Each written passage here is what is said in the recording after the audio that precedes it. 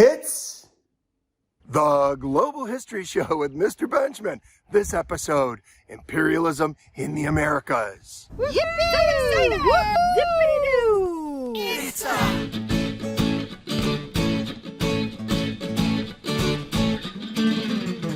Global History Show.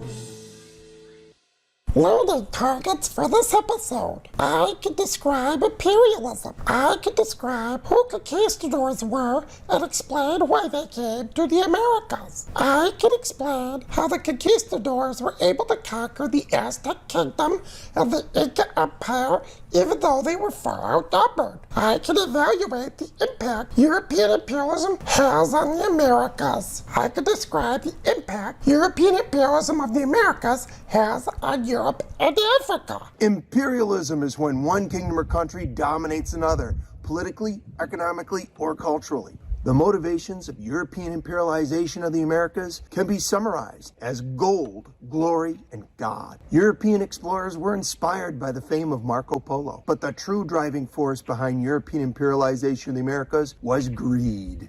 First, European countries searched for trade routes to Asian spices and other trade goods. When it was discovered that some Native American civilizations had gold and silver, acquiring these treasures became the new driving force. Later, creating plantations and comiendas and haciendas to generate wealth for Europe became the goal. As Europeans increasingly violated their moral guidelines, the teachings of Christianity, in order to attain the newfound wealth, Europeans sought to justify their corrupt brutality. Europeans rationalized that if they spread Christianity to native people, whatever transgressions to morality they made could be forgiven. Massacres of men, women, and children, destruction of cultures and civilizations, enslavement and exploitation of people would be done in the name of God. Eurocentrism, the belief that European culture was superior to all others, also helped to justify the destroying of native people and cultures. European imperialization of the Americas begins when Christopher Columbus landed in the Caribbean islands of the West Indies in 1492, Columbus sailed the ocean blue.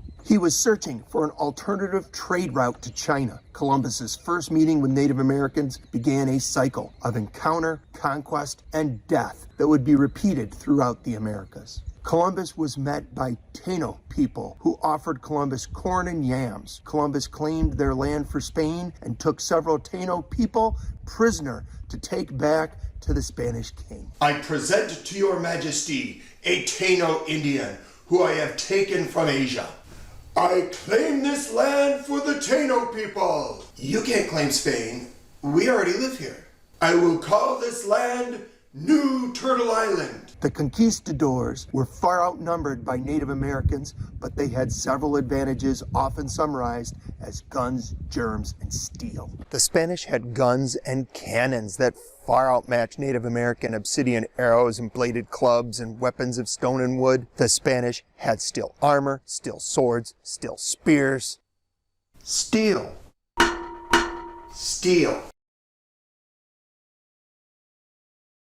The Spanish had horses, which allowed them a speed and strength advantage. Llamas and alpacas were the only large domesticated animals available in the Americas. All of these advantages, iron armor, guns, cannons, and horses, had a great intimidation effect. Native Americans lacked unity. Often European invaders would form alliances with Native American tribes that had long histories of conflict with one another. European invaders pitted one tribe against another to gain an advantage. The greatest advantage the conquistadors had was accidental and devastating to Native Americans. Europeans brought a deluge of disease, a myriad of microbes, a multitude of malaise, an infestation of infections, a plethora of plagues, a gigantic jolt of germs. Some of these diseases brought by Europeans included smallpox, measles, influenza, typhus, bubonic plague, diphtheria, cholera, scarlet fever, chickenpox, yellow fever, malaria, Lyme disease, Q fever, leishmania, whooping cough, African sleeping sickness, filaria, dengue, septicemic plague, schistosomiasis, anthrax, botulism, tetanus, toxoplasmosis, tenacis, staphylococci, streptococci, meiotic disease, and legionellosis. This mix of pandemic-perpetuating pestilence spread along Native American trade routes in advance of European invasions. Native Americans who had never been exposed to these European, African, and Asian diseases were highly susceptible with no immunity or resistance. European invaders were unaware of the extent of the spread. Native American populations declined by as much as 90% in the 1500s. Native American societies were thrown into chaos. Hernán Cortés conquered the Aztec kingdom. Hernán Cortés landed on the Central American shore with 600 men, 16 horses, and a few cannons. Cortés had heard of the gold and silver that the Aztecs mined. The powerful king of the Aztecs had died of smallpox, and his nephew was now king, Montezuma. Montezuma was consolidating his control over the Aztec kingdom, which had many subjugated people. His society was in chaos as a result of so many deaths from disease. The Aztec king sent offerings to Cortés in the hopes that he would be satisfied and leave the Aztec kingdom. I don't know who you are. I don't know what you want. If you want ransom, we do have silver and gold. But what my people do have is a particular set of skills. Skills that make them a nightmare for people like you. If you let my people go, we will not pursue you. But if you don't, we will find you, and we will kill you.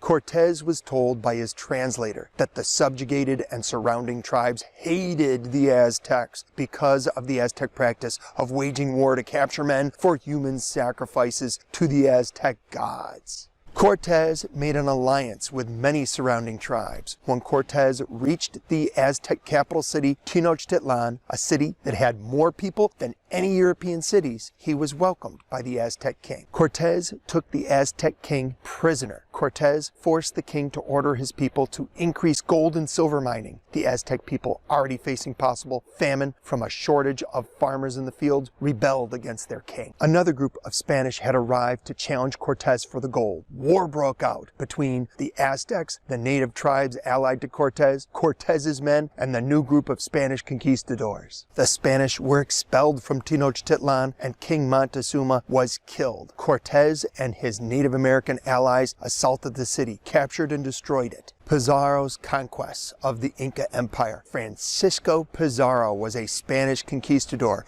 who sought to conquer the Inca Empire in Peru. The Inca were said to have even more gold than the Aztec kingdom. Disease had ravaged the Inca Empire, and the emperor had died from smallpox. The death of the emperor resulted in a civil war. Two of the dead emperor's sons fought for control of the Inca Empire. One son, Atahualpa, defeated and killed the other. Atahualpa was in the process of bringing the rebellious parts of the empire under his control when Pizarro and his troops arrived. Pizarro demanded that Atahualpa become his vassal, which means for him to rule the empire as an officer of Pizarro's, under Pizarro's command, and that Atahualpa must convert to Christianity. Atahualpa refused. My name is Atahualpa. Your diseases killed my father. Prepare to die. Pizarro, aided by Native American allies, captured Emperor Atahualpa and demanded a huge ransom for his release. Inca people paid the ransom, but the Spanish tortured and killed the emperor anyway. Spain went on to conquer much of North, South, and Central America. Effects of Spanish conquest. Spain's conquest of Central and South America resulted in control of silver and gold mines. Spain used Native American labor to mine the silver and gold and brought it back to Spain. This wealth transformed Spain into the wealthiest kingdom in the world, and it became the greatest power in Europe in the 1500s and 1600s. The Spanish continued their efforts to convert Native Americans to Christianity, and Christianity is the dominant religion of North, South, and Central America today. With the Spanish imperialization of Central and South America, the world was for the first time connected by sea routes carrying goods, people, and ideas. Treaty of Tordesillas, 1494, agreement between Spain and Portugal aimed at settling conflicts over newly discovered or explored lands by Christopher Columbus and other late 15th century explorers. The Pope, who wanted peace between the Roman Catholic kingdoms of Spain and Portugal, negotiated peace and divided the world between the two. The African slave trade. With so many Native Americans dying from European diseases, Native Americans became less of an option for forced labor in the Spanish and other European colonies. The Spanish became the first major European partners in the Atlantic slave trade, buying Africans abducted from Africa and transported to the Americas to be used as forced labor in mines and on large farms called encomiendas. Encomiendas are South American versions of a plantation, large farms that use forced labor, slaves, to grow crops for export. These cash crops, like sugar, molasses, tobacco, and cotton, were transported in Europe in a trade network called triangular trade. What, Stan? Molasses? Molasses.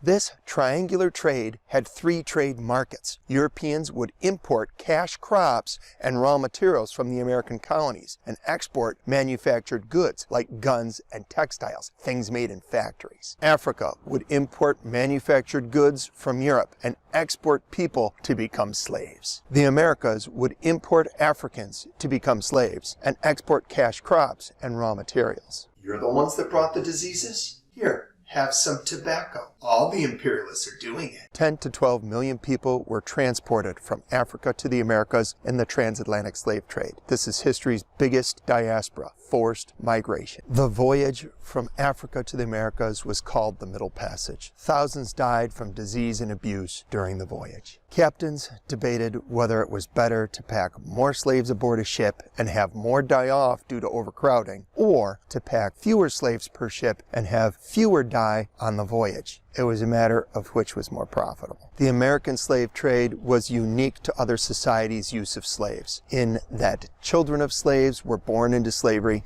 and societies had no expected minimal treatment of slaves. Slaves were beaten, tortured, raped, and considered to be subhuman. Slavers rationalized that Africans were suited for slavery and even better off as slaves. Families were separated and sold to different owners. Racism was created to justify the practice of slavery. The slave trade had devastating effects on African societies. Tribes that took part in the African slave trade were able to trade for guns. They used these guns to conquer other African tribes and capture slaves to sell for more guns. Tribes that did not take part in the slave trade could not trade for guns and were conquered and enslaved by those that did. In this way, wars between tribes were perpetuated. European countries used exploitation of people and resources to position themselves as the wealthiest and most technologically advanced in the world. New food crops from the Americas increased food production and increased population in Europe, Asia, and Africa.